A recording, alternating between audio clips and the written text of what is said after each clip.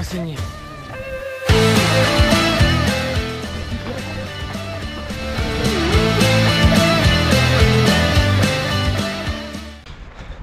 Donc cette année, comme d'habitude, j'ai fait mon bilan de saison, des analyses pour compter un peu tous les chiffres, pour ce qui a marché, ce qui n'a pas marché, ce que je peux améliorer.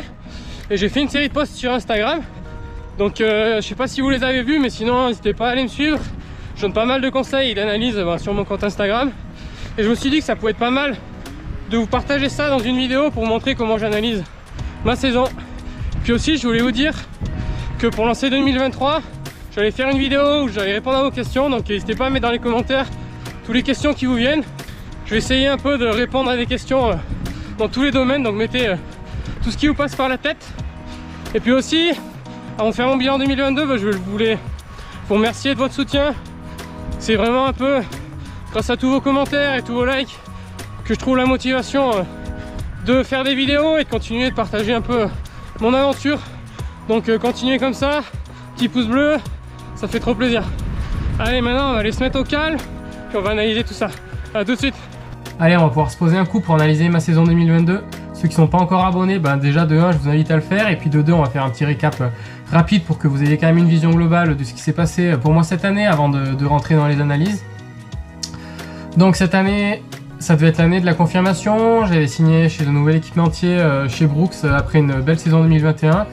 Mais bon, je vais pas vous spoiler, au niveau purement sportif, ça a été une des pires années pour moi.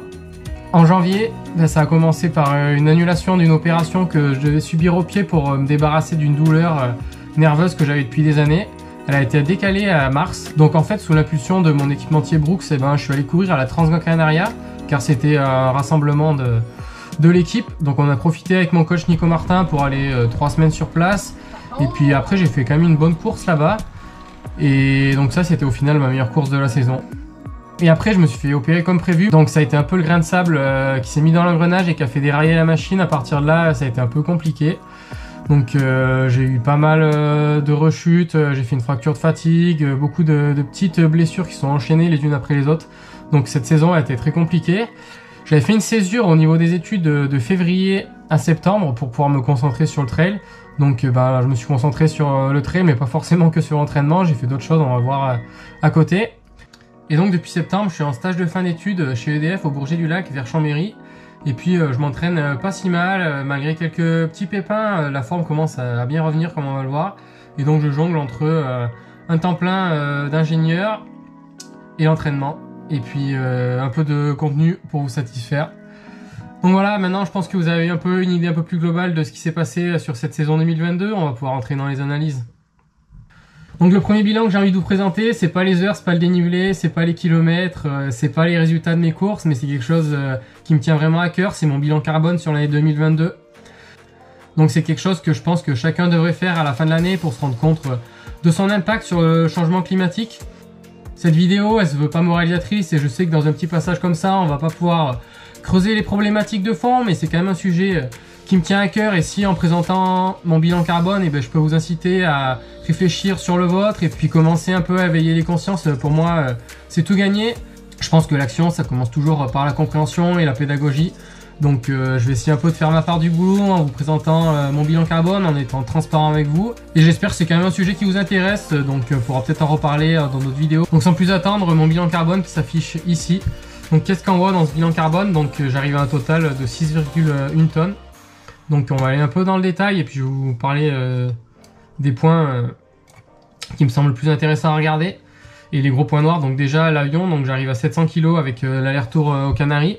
Le fait qu'on soit resté 3 semaines sur place et que c'était pour des raisons professionnelles, au final ça change rien à la somme, ça fait peut-être un peu déculpabiliser, mais donc les 700 kg ils sont là.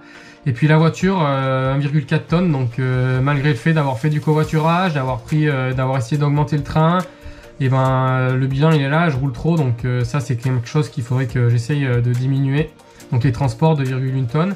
Ensuite les repas, j'ai quand même une alimentation qui est très peu carnée, donc ça me permet d'avoir un bilan qui est relativement raisonnable, mais je mange encore des œufs, du fromage, donc ça c'est quelque chose qui pèse dans le bilan carbone. Enfin les textiles, donc j'arrive à 400 kg. Et ça, c'est un peu lié à mon activité de sportif professionnel, donc il faut que je porte les dernières chaussures, les dernières gammes, et puis les chaussures, ça défile. Donc voilà un peu les 3 points noirs. Donc c'est le déplacement en voiture, la prise de l'avion et le fait que je consomme pas mal de textiles. C'est quelque chose que en soi je pourrais m'en passer, mais donc c'est quand même lié à mon métier, donc ça va être compliqué. Et après ça c'est des 1,4 tonnes des services publics, et ben on peut pas le faire baisser individuellement, c'est des actions qui doivent être prises collectivement. Et pour ça, faut que ça commence par des prises de conscience collectives. Donc voilà, mon bilan de 6 tonnes, sachant qu'un Français moyen, c'est plus autour de 9 tonnes. Et puis l'objectif, pour avoir un monde vivable en 2050 et rester sous les 2 degrés de réchauffement climatique, il faut arriver à 2 tonnes. Donc on voit que faut que ça agisse de tous les côtés, parce que rien que le service public, on est à 1,4 tonnes. Pour que ça évolue, il faut qu'il y ait des prises de conscience collectives et des décisions politiques. Donc voilà, j'ai fait ma petite part, maintenant on va pouvoir passer aux choses sérieuses. Allez, on passe aux choses sérieuses. Quand on a une démarche de haut niveau, quelque chose qui est important, c'est pas la seule chose, mais c'est quand même quelque chose qu'on a à cœur, c'est les résultats en compétition. Et pour moi, cette saison, comme vous avez compris, il y a eu très peu de compétition. Mais je peux me rassurer en me disant que j'ai fait 100% de podium cette année. Allez, petit récap des courses. Ça a commencé début mars à la Transcanaria, dans un contexte international bien relevé. J'arrive à sortir une 3e place, c'est quand même pas mal parce que je suis allé sans faire un vrai affûtage, puisque c'était pas mon objectif de la saison et je voulais profiter d'être là-bas pour pouvoir bien m'entraîner avec Thibaut et Nico. Donc dans ce contexte, je suis quand même assez content d'avoir sorti une perf de ce niveau. Et puis deuxième dossard, ça a été 7 mois plus tard à la Sépienne, une petite course locale ici en Savoie. Donc je termine à nouveau 3e, bon devant ça courait quand même vite, et puis surtout c'était un grand soulagement de pouvoir reprendre du plaisir à pied après 7 mois de disette.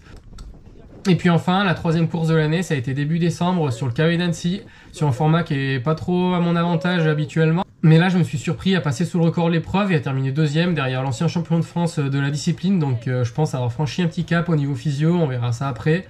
Mais ça a été mon 3e dossard et ça a été une belle satisfaction pour conclure cette année 2023. Allez, c'est parti pour la rubrique concours de quéquette de la vidéo. Dans les sports d'endurance, on aime bien comparer son volume global d'entraînement sur l'année. Donc, je vous le donne en 1000. Moi, cette année, j'ai fait 735 heures. Donc, ça a été un peu compliqué à cause des blessures, mais on a quand même réussi avec de l'adaptation à garder un volume assez haut. Bon, c'est un volume qui est différent puisque j'ai fait beaucoup moins de sports d'endurance, mais j'ai passé 150 heures à faire de la muscu et du renforcement musculaire. J'espère que ça va payer.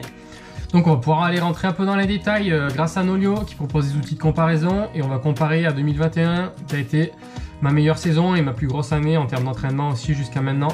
Donc vous voyez, je fais 735 heures contre 772 heures en 2021, j'ai quand même réussi à bien compenser, mais on voit que la différence en course à pied elle est énorme, puisque cette année j'ai fait que 150 heures contre presque 400 heures l'année dernière. Donc voilà la grosse différence, et beaucoup de muscu qui est venu remplacer cette course à pied. Puis j'ai fait un peu plus de natation aussi, mais ça n'a pas duré longtemps. Dès que j'ai pu refaire du vélo, j'ai réussi à faire du vélo puis à en faire autant que l'année dernière.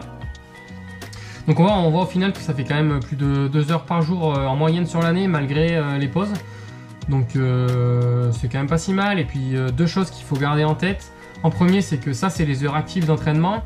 Mais en fait, en plus des entraînements, il y a toutes les heures à côté de préparation du matériel, de nettoyage, de récupération, de faire attention à son hygiène de vie, de tracer des parcours. Donc en fait, c'est quelque chose qui est beaucoup plus chronophage que juste ces heures que vous voyez là. Et deuxième chose à garder en tête, c'est que la finalité du sport, c'est pas d'avoir le plus gros bilan à la fin de l'année. Même si on aime bien à la fin de l'année montrer qu'on a fait beaucoup d'heures, je pense que ce qui compte quand on a une démarche de progression, c'est d'avoir progressé, et puis c'est d'analyser plutôt ses résultats en compétition. Et puis si vous n'êtes pas dans une démarche de progression mais juste du plaisir, et ce qui compte c'est le plaisir, et vous en faites pas si vous n'avez pas fait beaucoup d'heures. Allez, dernier petit point avant de vous expliquer pourquoi je pensais être en forme. Je voulais quand même prendre un petit moment pour savourer les petites réussites et les leçons positives que j'ai retenues de cette saison, malgré le fait que j'aurais pu être déçu qu'elle soit ponctuée par les blessures.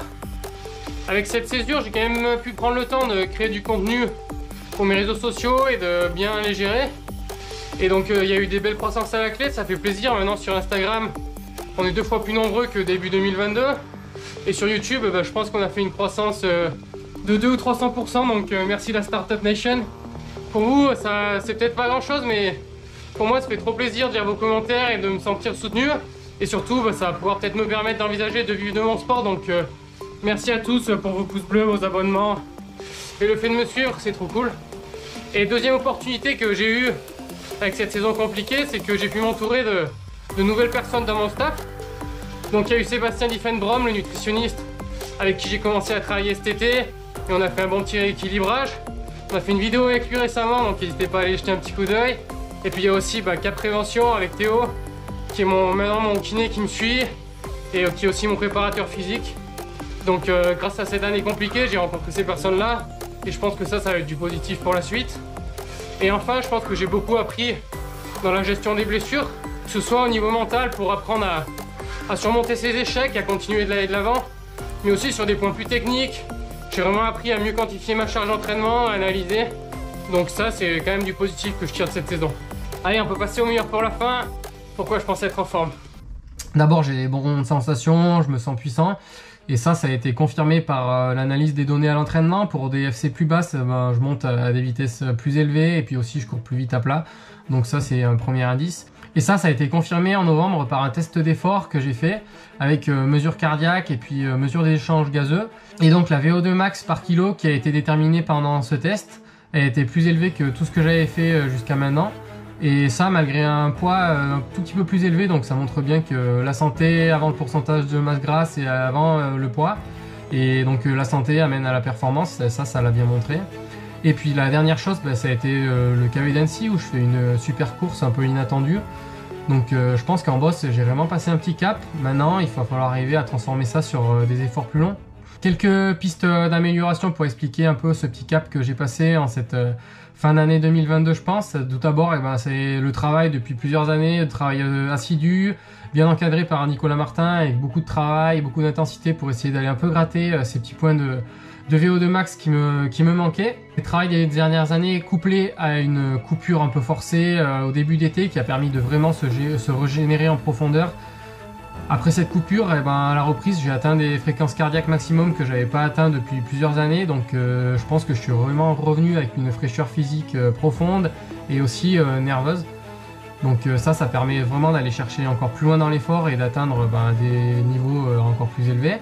Aussi, un autre élément de réponse qui peut expliquer le fait que je me sente plus fort, c'est un vrai rééquilibrage alimentaire que j'ai fait avec Sébastien Diffenbrom et qui m'a permis, je pense, de combler quelques petites carences que j'avais. Et puis surtout, il m'a convaincu de manger plus de glucides au quotidien. Donc je pense qu'en séance, j'ai une meilleure énergie, je peux aller chercher un petit peu plus loin. Enfin, un dernier élément, je pense, qui m'a aidé à progresser cette année, c'est le travail de musculation qu'on a fait avec Cap Prévention, avec Théo. Je pense qu'il y a vraiment un petit gain sur la côte, sur les sensations en côte. D'explication, je pense que c'est un peu tout combiné, mais voilà un peu comment j'explique le fait de me sentir en forme en ce moment. Donc maintenant, il ne reste plus qu'à construire un corps solide pour en 2023 profiter de ce physio qui est bien boosté en ce moment et aller faire des belles courses. Et puis on se voit bientôt. Je vous invite à mettre toutes vos questions dans les commentaires pour la prochaine vidéo qui sera sûrement une FAQ. Je vais essayer de répondre à toutes vos interrogations sur ma saison et sur mon fonctionnement. Ou tout ce dont vous avez envie de parler. Donc l'espace commentaire c'est fait pour ça. Et puis ciao ciao.